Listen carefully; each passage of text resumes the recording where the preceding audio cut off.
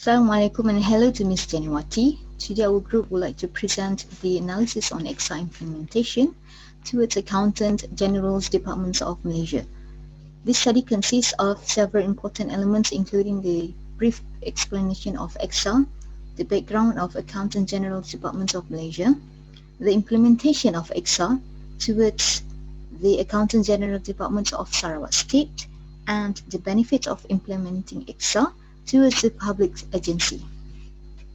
First and foremost, I would like to introduce my group members. My name is Farihamdi Haris Fazila, and the other three friends are Ikhwan Najmuddin bin Ismail, Muhammad Nazrul Ashraf bin Nazri, and Olivelani Anak Dominic.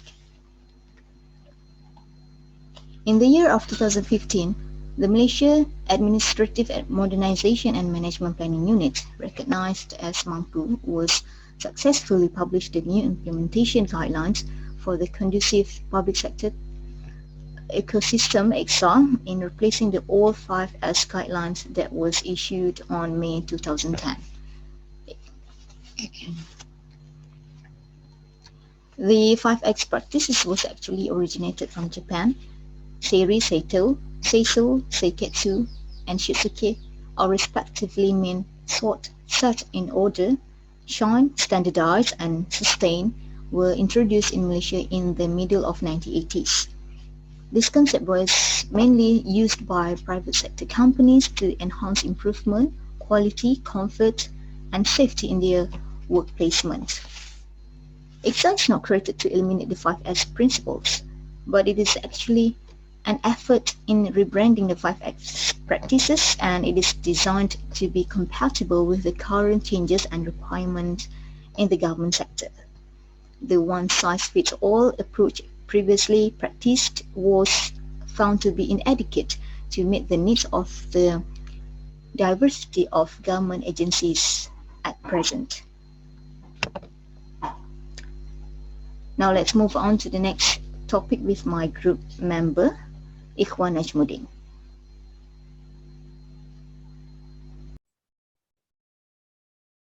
Assalamualaikum to Ms. Janiwati. I am Ikhwan Najmuddin bin Ismail will explain and present about the function of Accountant General Department in this slide. Before going through to the function, the EKSA in Accountant General Department, let me share a little bit about the history of Accountant General Department implementation. Accountant General Department is a government body placed under Minister of Finance since 1946 before the independence of Federation of Malaya. It was started in the center of Kuala Lumpur as their main office before they moved into new office located in Minister of Finance building in Putrajaya. As their main headquarters, currently, Accountant General Department has more than 20 officers situated in states and districts to serve the best accountant services to the public. For your information, Accountant General Department are supervised about 10 divisions as their embody, which consists center operation and agency management, National Accounting Institute, unclaimed money management, and many more. So I'm moving on into the function this agency, which mainly preparing the federal government financial system. This process to ensure it follow legal requirement and accepted account transaction or standard. The next function is providing account consultancy and advisory services to government agencies and enforcing the Unclaimed Money Act 1985 that involving many parties and transaction. Next, I am going to tell the EKSA in Accountant General Department. Since it has been introduced, the EKSA actually will be adopted a conducive ecosystem in the workplace, so the employee would be more comfortable when clean and conducive environment are practices into their workplace and clearly the employees be more productive. It also enhanced the corporate image among the industry player. This is good to gain encourage the industry player to invest into the public sector by develop uh, innovation tools and activities, and also creating um, go green culture environment. EKSA in Accountant General Department influence the auditing process more efficient and transparency by many parties will take part in this process to ensure it meet the requirement uh, of diversified government agencies. Finally, EXA providing a better atmosphere which contributing implement quality of work services and safe working environment.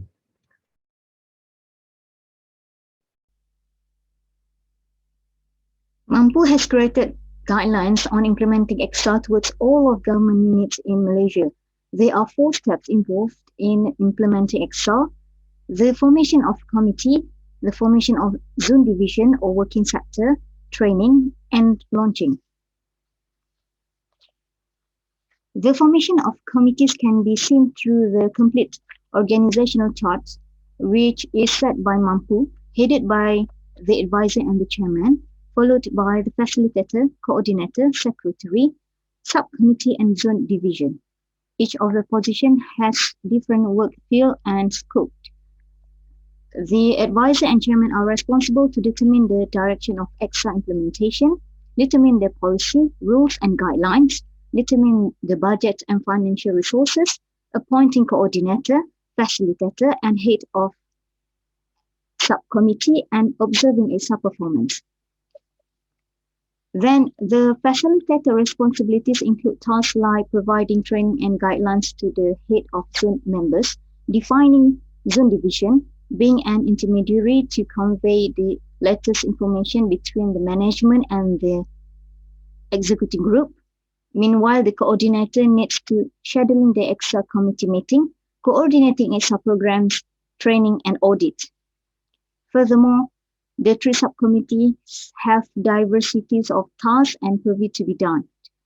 For example, the promotion committee is accountable to provide the action plan for extra promotion activities, identify marketing campaign to cultivate awareness of participation in succeeding EKSA, analyze the effectiveness of the campaign, and give reports towards the EKSA practice and awareness among the staff.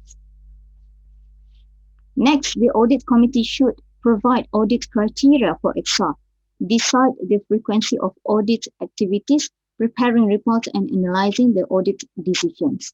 Lastly, the training committee is in charge in preparing plan for training activities to nurture EKSA culture among members in an organization. Our group has chosen Malaysian Accountants General's Department of Sarawak State as an example in implementing EKSA.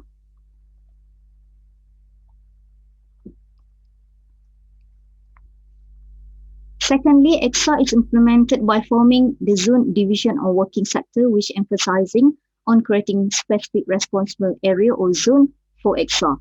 The arrangement of overall sectors must be compatible with the functions or the organizational size so as it will be able to facilitate the supervision and observation process. And zone division also must be based on the suitable floor or level of the building department.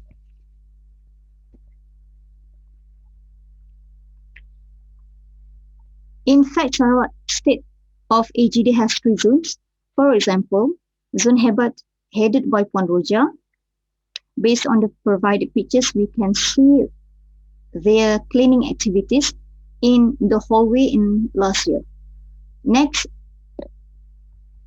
Zone 1 headed by Puan Wan Zulina had done cleaning activities at floor 5 of their building. And Zone Success headed by Puan Nur Shazwani had completed the Christmas decoration for year of 2020 at their own EKSA zone.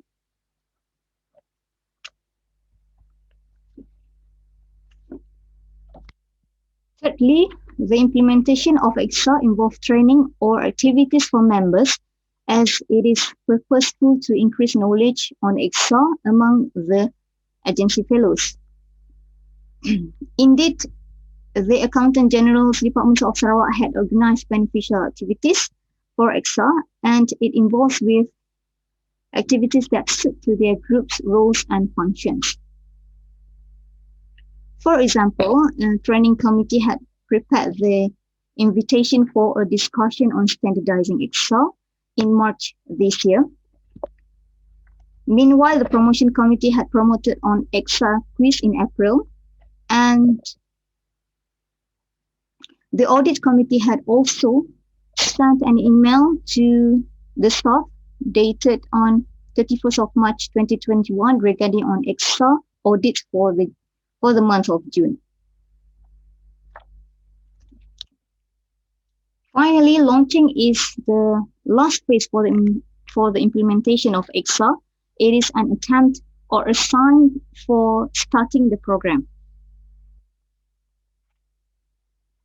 This is the official Facebook account of Sarawak State AGD. It provides the public regarding on all of the activities and programs done by EKSA members and committees at their own building and department. From the provided photos, we can understand that a few matters need to be focused on during the launching of EKSA, such as the specific EKSA zone that provides the information regarding on EKSA basic and principles, objective, action plans and guidelines. An official seminar for EKSA program was held in order to give right information about EKSA implementation for all of the staffs. A healthy competition was promoted for encouraging members' active participation in EKSA activities. And last but not least, rewards are provided as a sign of appreciation and thanks for the organization's members. That's all for the 4 steps of EKSA implementation. We proceed to the next slide with Ikhwan Najmuddin.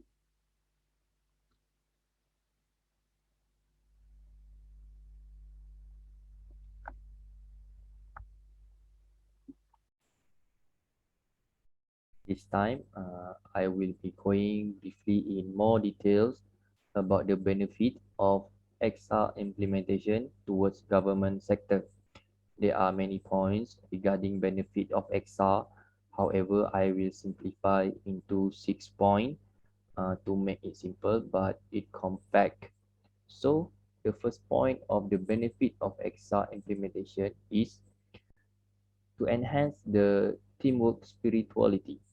Teamwork spirit is a vital requirement because it enables the group to capitalize on their collective intelligence instead of individually making decisions. This requirement obviously helpful in creating a strong chemistry, which is help for the work culture and also assist to perform well into their duties once they have self-confidence and ability to plan positively. The other advantage it is will gain trustworthy of each image in the public department from the statistic from research conducted by some group showing that the trust level into the government agencies is the lowest compared with the other parts such as media. So what can government do to gain Malaysian people trust? They can publish all the awards and documentation through many platforms as such as media social and newspaper because it is proven as evidence as a role to increase Malaysia people's self-confidence towards public sector. We are moving on into the next benefit of implementation is cultivating the management level of effectiveness and efficiency on organization. The Accountant General Department, established as the mission of the agencies, is to expand prudent financial management of public sector through progressive policies with professional and strategic partnership. So what they done to improve the management level of effectiveness, the Accountant General Department had done a research collaboration with three public universities to develop an efficient system in accountancy, such as zakat. Next, the other benefit that can be adopted by the EKSA implementation is assist to create a clear quality of work standard as their work culture.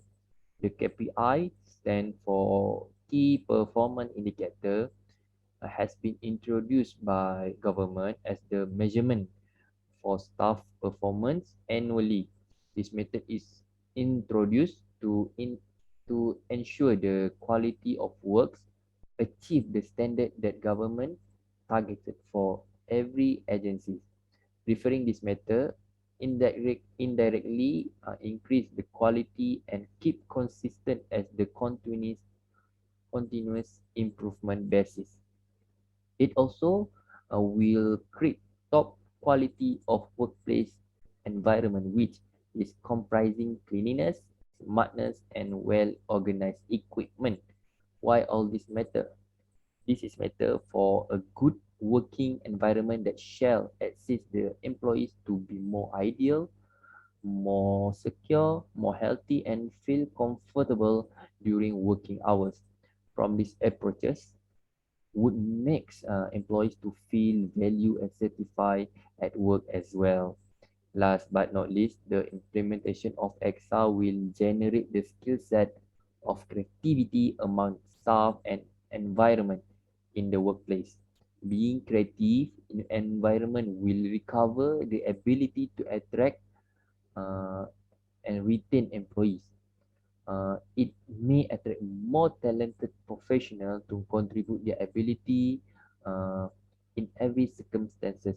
So it helps the public agencies to produce more high performance employees in terms of critical thinking that will play a role as decision maker for the direction of government agency in future.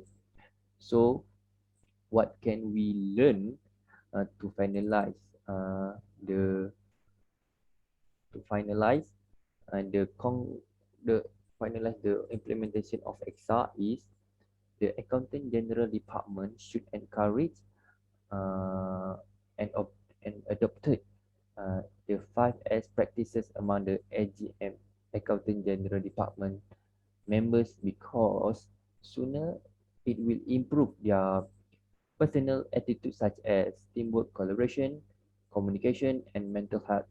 All public employees are responsible to bring a good image to the public society by performing accountability and integrity as their fundamental.